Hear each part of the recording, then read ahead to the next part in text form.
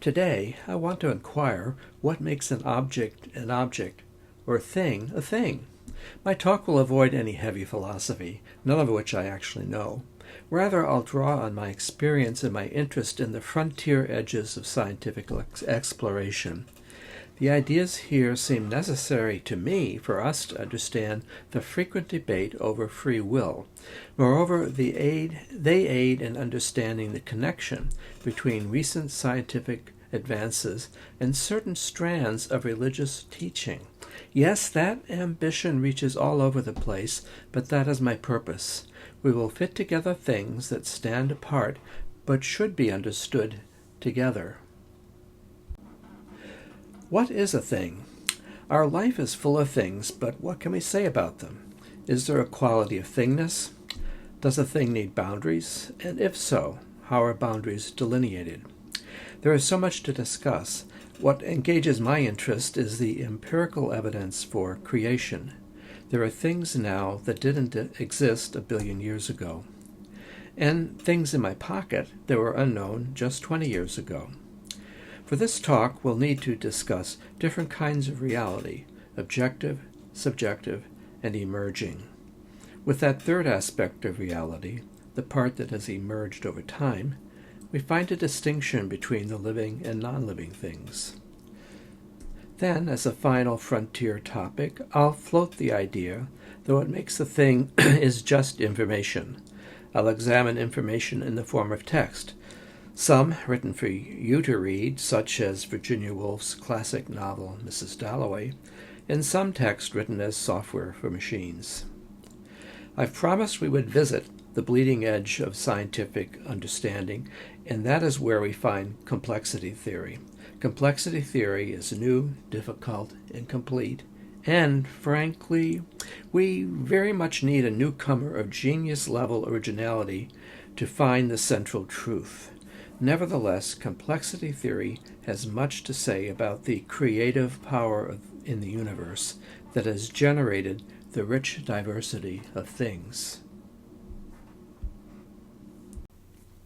We live in a rich, dense, complex world because the world changes. It grew to become this, and the change continues. There is a scientific basis for why change is intrinsic and inevitable, and one might, if one wanted, connect change with our place in the world, with our prospects, and perhaps our obligations. I will only refer in a glancing way to those thoughts. These are thoughts others have had, for example, in Octavia Butler's fictional religion, Earthseed. First, though, what is a thing in this world? There is an idea that goes back at least as far as the ancient Greeks, and that is the idea promoted by Plato's ideal forms. Plato's thinking has been influential in Western civilization, and his idea of ideal forms pervades philosophy, religion, and language. Plato contrasts external, eternal forms with temporary, imperfect examples on earth. Indeed, in everyday life, we talk about categories of things, and when we put things in categories, we are, by default, imitating Greek philosophers with their forms. Jumping now to the latter part of the 20th century, we encounter computers for the first time. With computers, there arose a need for languages to instruct computers in their work. And different computing machines, the hardware, have different internal hardware languages. It could be a Tower of Babel, really. Thus, there is a need for a shared language that crosses different hardware machines and is easy for humans to learn. With an assist from machine translation, a human can write text for a variety of computers, and the problem has been largely avoided. Most computer science professors will insist that the best of these programming languages for computing should follow Plato and distinguish between the ideal form and the temporary transitory thing. The specific words programmers use for this distinction are class versus object. A programmer's class corresponds to Plato's ideal form, while the objects the programmer creates and manipulates are the things of his world.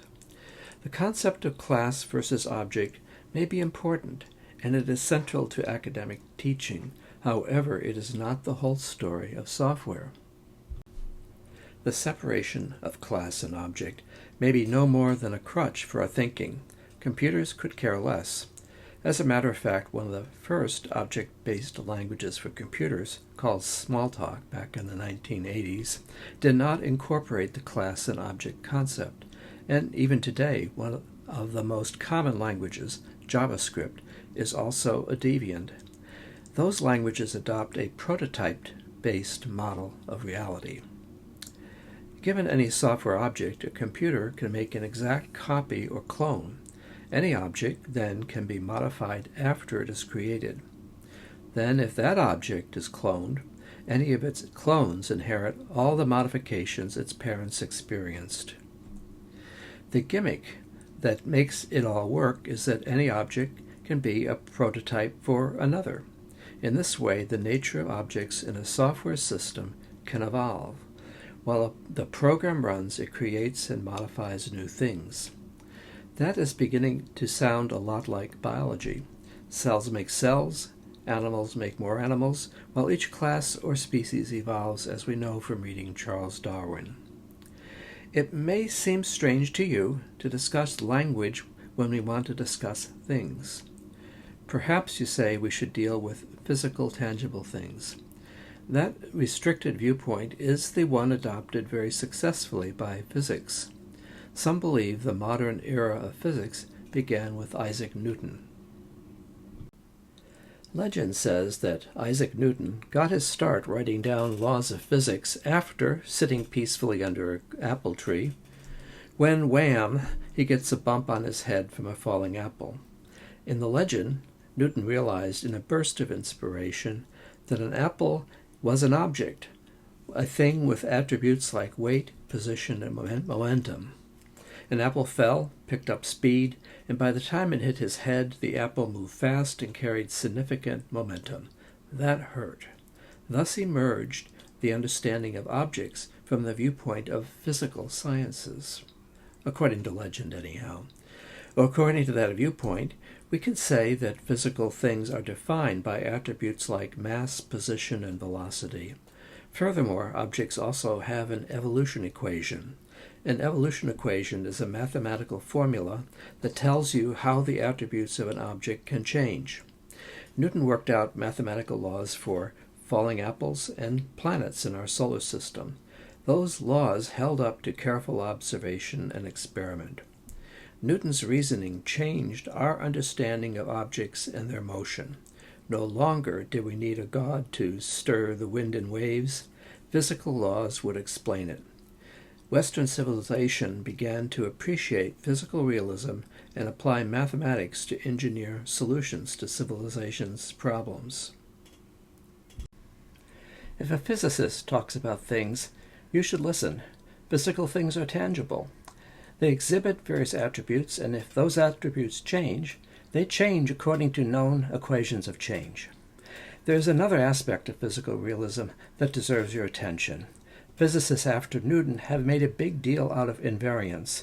Invariance means there are attributes of objects that remain the same when certain transformations are applied. An apple retains the same mass while hanging on a tree, falling, or bouncing off Newton's head. Thus, we can say that a thing has invariance. Now, other attributes like velocity are not invariant and can change, say, when gravity makes the apple fall. If the object seems complex, physical realism offers another method we should understand. It is called reductionism. Objects are subject to decomposition into parts. Physical explanations explain each part and add up the effects to explain the complete object. Frankly, reductionism has proven a very successful way to understand a thing, except when it doesn't work. But we need to talk a bit more before we get into that. Instead, let's look at the world in another way that you've heard of. Let's consider a world divided into the objective realm, where physics certainly rules the game, and the subjective realm, where there may be additional rules. The distinction between the subjective world and the objective world can be expressed many ways, but here is my simple definition. The subjective world concerns things we know in our mind and learn from other minds.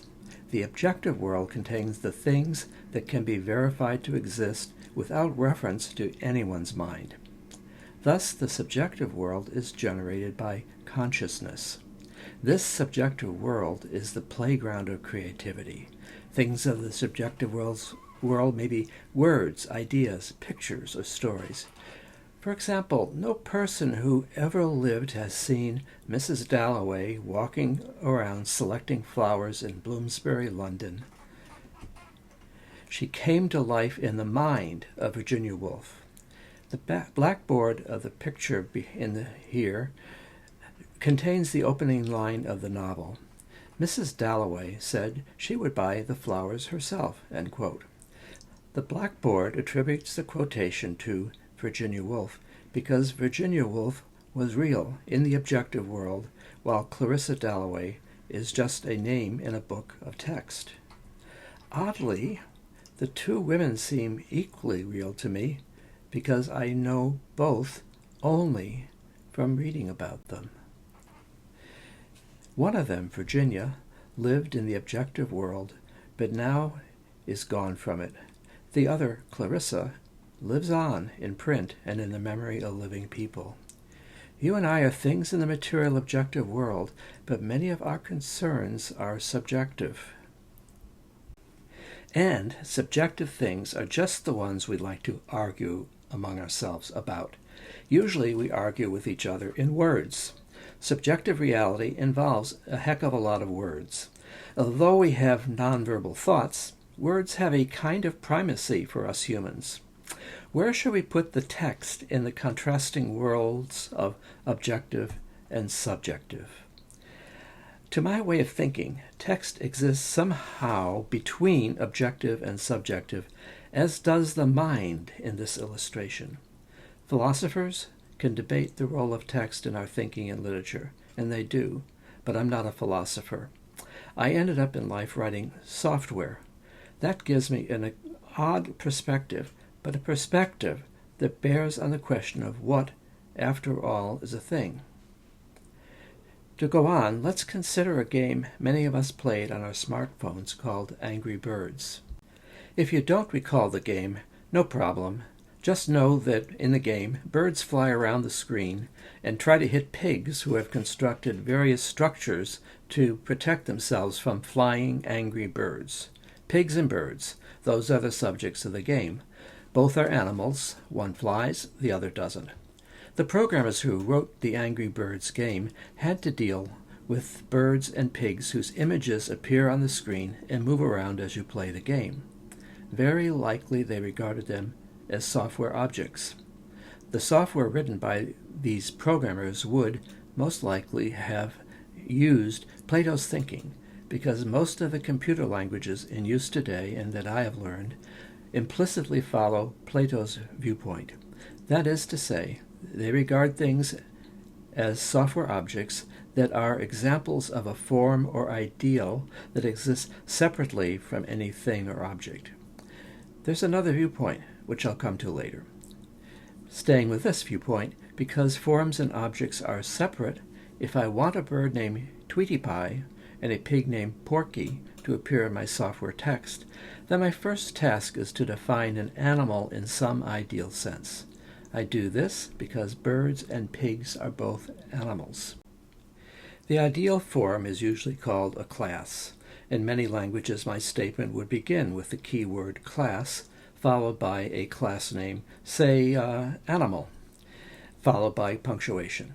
Then what goes into the class are a series of fields that specify attributes of an animal. For example, an animal may have legs, so there could be a field to specify how many legs, or it might say 0 for a fish. In addition, all animals have behaviors, which programmers like to call methods. Since we are imagining writing software for the game Angry Birds, our animals need a method, such as draw, which will paint a picture of this animal on a cell phone screen. It's not enough for it to be a software object in computer CPU, it has to be on the screen. The game now involves movement, so there is a method in our class that is named something like clock ticks or advanced time. With that method registered with a clock, our object will notice the progress of time and change. That completes our class for animal. Notice how this programming concept corresponds to physical realism. Objects have attributes, and there can also be an equation of motion or change that resides with the object's other methods. It is not objectively real, however. This is just words and text. Next, we write separate classes for birds and pigs. In the Java programming language, we declare that the class for birds extends or derives from the class of animals. Then we add fields and methods appropriate to a bird, like fly. Notice that we only have classes at this point, no objects. We get objects with a little magic. We write a statement that names a bird Tweety Pie. This statement produces an object out of Plato's realm of the ideal, and the magic here in the Java language resides in the keyword new. There are a few computer languages that reject the distinction between class and object. They reject the Platonic viewpoint. For example, early on in the 1980s, there was a language called Smalltalk that jump-started object-oriented programming in the financial industry sector, and today there is a widespread language named JavaScript that your computer and cell phone can understand. The JavaScript language is nearly universally understood by machines, but the language doesn't acknowledge the concept of class or ideal form. Instead of classes, prototype languages just have the idea of an object or thing. But it's very important that these languages also believe that all objects can make clones or copies of themselves, like rabbits or roaches. For that reason, they are called prototype-based object-oriented programming languages. Quite a mouthful. You need one more idea. These languages allow an object to change its methods as well as its attributes during the object's lifetime while it's running around. Objects in a prototype language may evolve during their life. Now, that is something we don't see in biology in any major way, but as a consequence, objects can change their apparent type or form and pass along the changes to new objects when they are cloned. Indeed, this viewpoint resembles the discredited idea of Lamarckism in biology, yet it makes a lot of sense. Suppose now a programmer wanted to make a bird object named Tweety Pie in, for example, JavaScript. The programmer would write the object named Tweety Pie and set it equal to the result of a method that all objects possess, and that method is called create. However, to use create, you must provide the name of an object that already exists, and then create makes a clone or copy of that object. So if I'm writing JavaScript and I'm used to and raised in and immersed in and taught other languages for decades, I'll no doubt have already prepared an object lying about, and I'll name it bird, just as I would have named the class bird. And that object will be my prototype for all the birds I need to make for this game. I just tell the object I made, called bird, to create a new bird. Mission accomplished. Except, where did my first bird come from? Well, it came from an object named animal, which again stands in for a class which is not a concept. An animal is an abstraction from the notion of birds and pigs and has fewer attributes. In this kind of language, the programmer first makes an object bird using the prototype of an animal. At this point, it is a copy of an animal, but the programmer can then modify the object so that its internal structure corresponds to what the programmer wants for a bird. Then the bird can serve as a prototype for more birds. However, as you can readily see, we just push the problem back one level. Where does the first animal come from? Well, it sort of comes out of the vacuum by magic. We can make an animal from literally nothing as shown here. Nothing has a special symbol consisting of a pair of curly brackets with nothing between them. This magic with curly brackets replaces the magic of the keyword new in other programming languages. When you write this kind of text, you feel power Knowing the text leads to action on the screen. Moreover, the Angry Birds text in the software goes to millions of users, and those millions of users waste time just as I have done throwing birds at pigs. That was a long discussion, I must concede. I hope it helps you understand what makes a thing a thing. In the software example, I showed that software things start as text and then assume different forms. Copies of the text may end up in different media, in the cloud somewhere, or in the Apple App Store. Then the thing may be loaded in silicon storage on your mobile phone. And while you play the game Angry Birds, a software process activated by text comes alive, creating moving images of birds, for example Tweety Pie, on the screen. Thus a software thing or object can appear in many forms, many places. Neither material form nor location define a software thing, yet it has persistence and stability. Software seems protean, ever-changing form. The part that stays the same, let's call that part the invariant of the software object. That part, the invariant, is the information represented by the thing's text or pattern. Thus, for software and computers, it is clear that software objects, the software things, are patterns.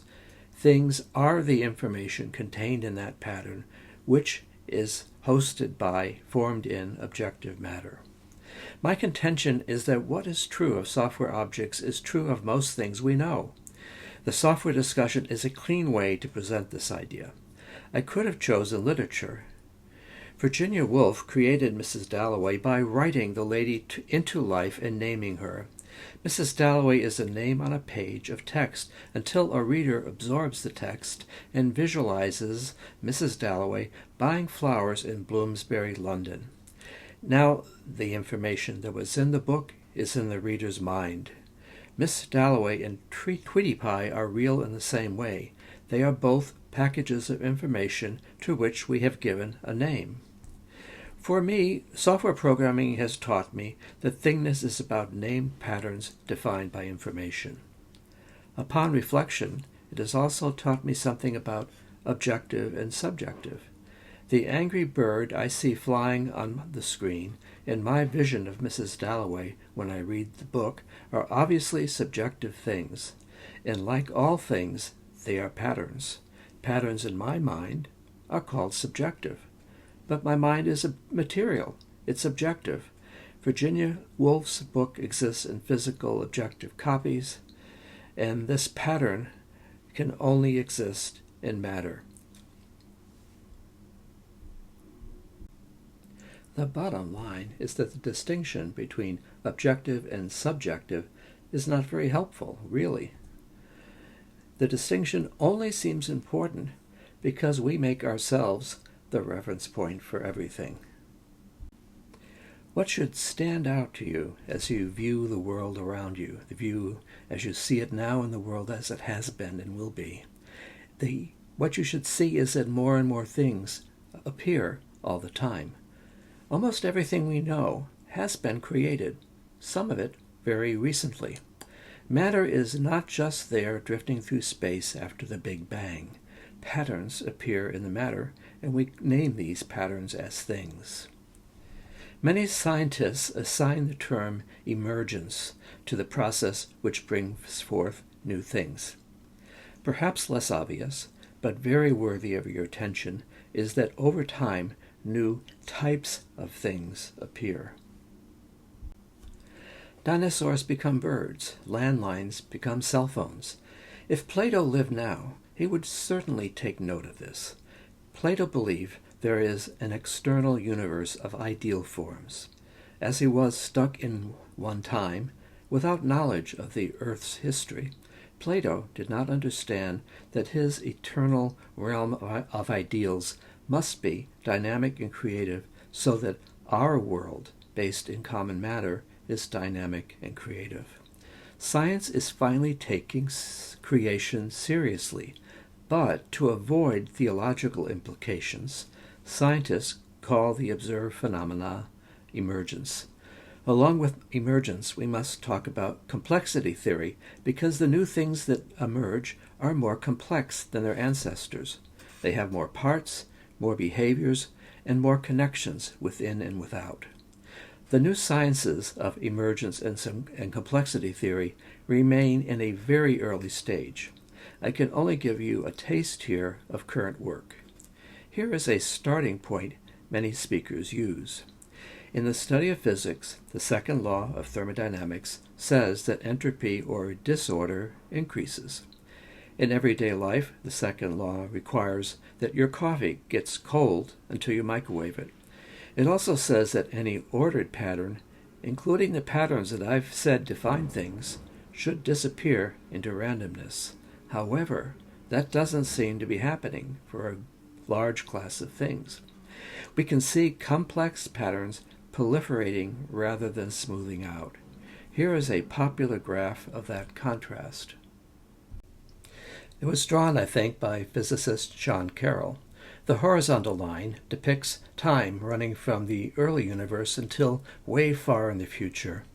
Throughout time, the blue line, representing entropy, rises continually, showing that there's more entropy and disorder in the universe. The rise of entropy is inevitable. Yet here on Earth, life evolved, consciousness evolved, and Mrs. Dalloway began her spooky entrance into the minds of literature students around the world. All this came to pass over time while entropy continued to increase. The red line in the illustration illustrates the increase of one measure of complexity. We live now in the left half of the illustration shown here. We are in an era where complexity increases. Complexity can grow in spite of the second law because emergence dissipates energy and produces entropy. It depends on there being a source of free energy. Although the product exhibits low entropy, the process that creates the product causes a net increase in the entropy throughout the environment. This graph makes physicists comfortable with biology. While life exists on Earth, complexity gets ahead of entropy, although the Earth itself is a net exporter of entropy. In the long run, though, life is doomed here on Earth. The abundant sources of life will run dry. But in this era, complexity emerges from simplicity, while the overall entropy and disorder increase. To explain that, we may need new laws of nature. Here is where I find myself now. My academic degrees are in physics and astronomy. However, I've lived a life with my human peers while surrounded by computers. Reflecting on what I've learned, I've come to believe that objects are not defined merely by their matter. Instead, I understand things as named patterns, patterns pressed into substance. That, for me, seems revolutionary. This understanding of things makes the study of emergence plausible. Plausible, but not yet on the same footing as physics and astronomy. To be more scientific and quantitative, we should have a measure of complexity. Consider this one. To properly identify a complex pattern, we need information that defines the pattern. It all boils down to information conveyed by a pattern in matter. But what kind of information? There are different kinds. A current topic for research has been labeled functional information. It is hard to find a clear definition of functional information, but I think the following is useful for you. Quote, functional information quantifies the ability or potential of a system, such as a molecule, network, or symbolic sequence, to achieve a specific function under defined conditions, end quote. The important idea in here is that functional information facilitates a function operating in the real material world. The amount of functional information depends on the environmental context where the information meshes with function in the real world. For example, a recipe for a carrot cake is functional in my kitchen if the kitchen has the ingredients required for the recipe and I decide to bake a carrot cake. The information in a virus makes more virus particles when introduced to the appropriate host, but the information is ignored when it enters some other host. If you want to learn more, I'd recommend a recent article by Philip Ball, which was published in both Quanta and Wired magazines. If you care to read Philip Ball's paper, just Google for the title, which is, quote, "Why Everything in the Universe Turns More Complex." I'll repeat that. Why Everything in the Universe Turns More Complex. And I'll credit Philip Ball for prompting me to make this YouTube video. Let me try one more time to illustrate the point. On an intuitive level, the idea of functional information is kind of obvious. Let's switch to literature as an example and consider Clarissa Dalloway again. Did you see in the earlier slide that the blackboard has a sentence in chalk? That is the first sentence of the novel, and it reads, "Mrs. Dalloway said that she would buy the flowers herself." This sentence can be viewed as functional information because its impact applies in a context. To know the context, the reader identifies where the sentence can have meaning. First, Dalloway's statement is a statement of intention addressed to someone. Whom? The opening sentence is addressed to the staff that serve the mistress of the house. That initial fact establishes Mrs. Dalloway's status in life. She has servants that do things. Also, she speaks the sentence to create an exception. The staff would normally buy the flowers. However, today it's different. Mrs. Dalloway wants to get out of the house and be on her own with her thoughts. The sentence is functional information in its context, but obscure when read on its own. The idea that functional information can be read differently depending on context seems unscientific. Scientific observations are reproducible, even predictable.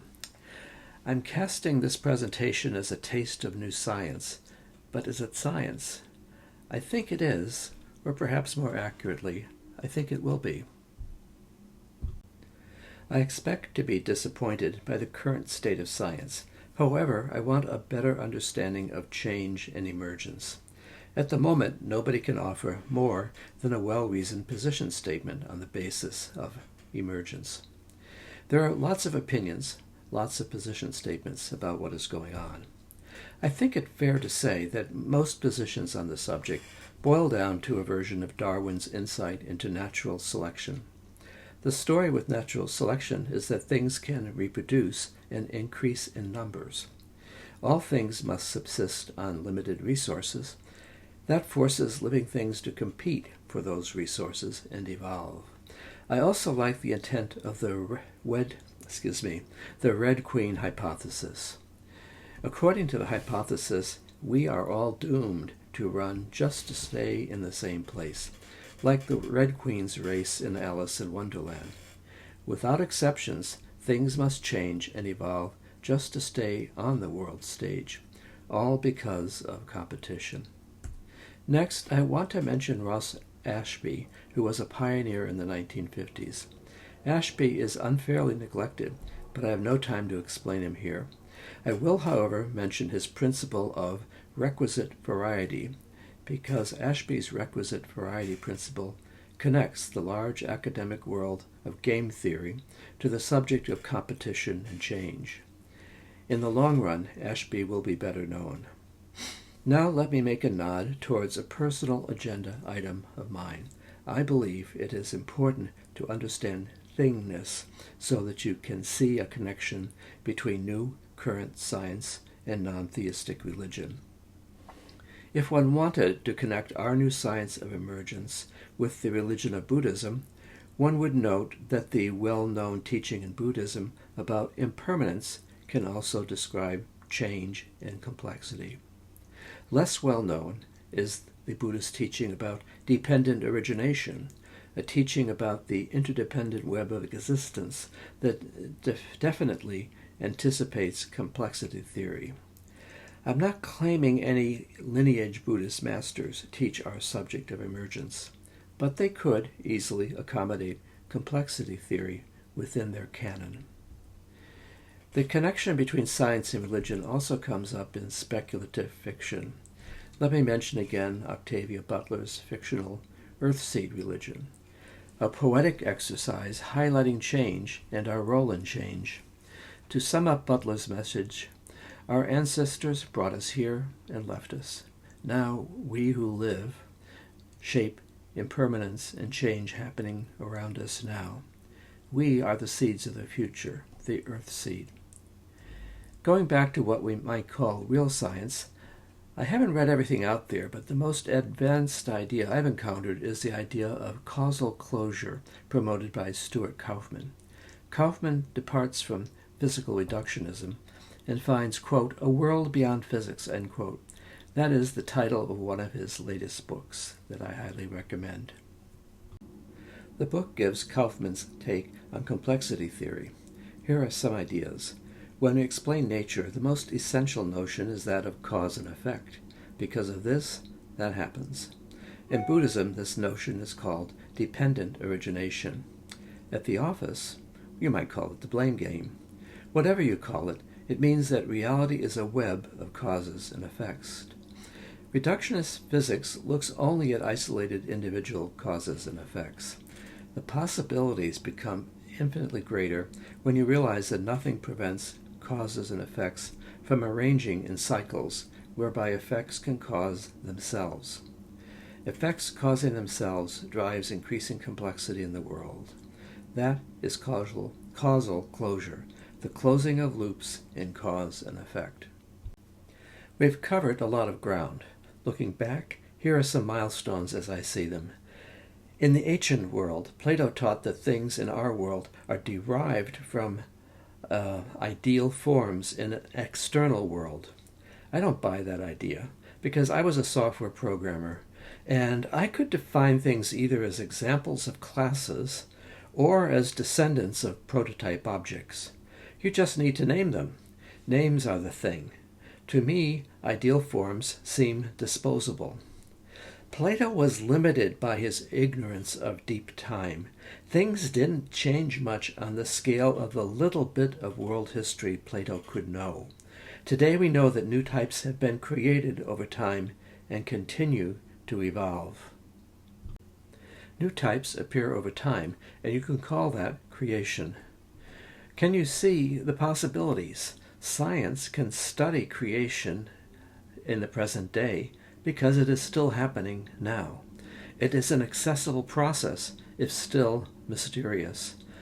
Understanding will take new science, not what you learned in school. Here's a question for you. If we discard the idea that types and forms are pre-existing, why does our consciousness perceive them everywhere? I've given you part of the answer. Investigators are pursuing a full answer of how consciousness perceives what it does. During this presentation, I've touched on new science that approaches the larger question. Why did creation happen and then keep on keeping on? What are the processes?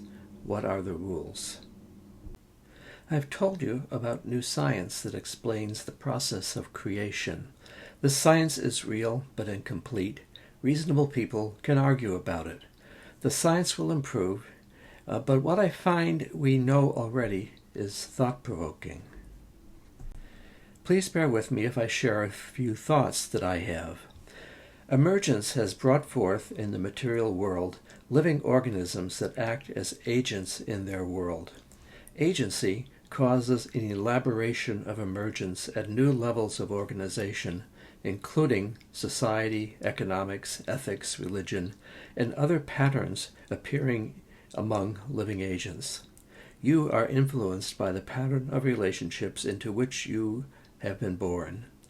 But recognize that you are still an agent. You are in the process of creation and can, to some small degree, direct it. With that, the preacher folds his prepared script, and the choir stands up to sing. Thank you for staying this long.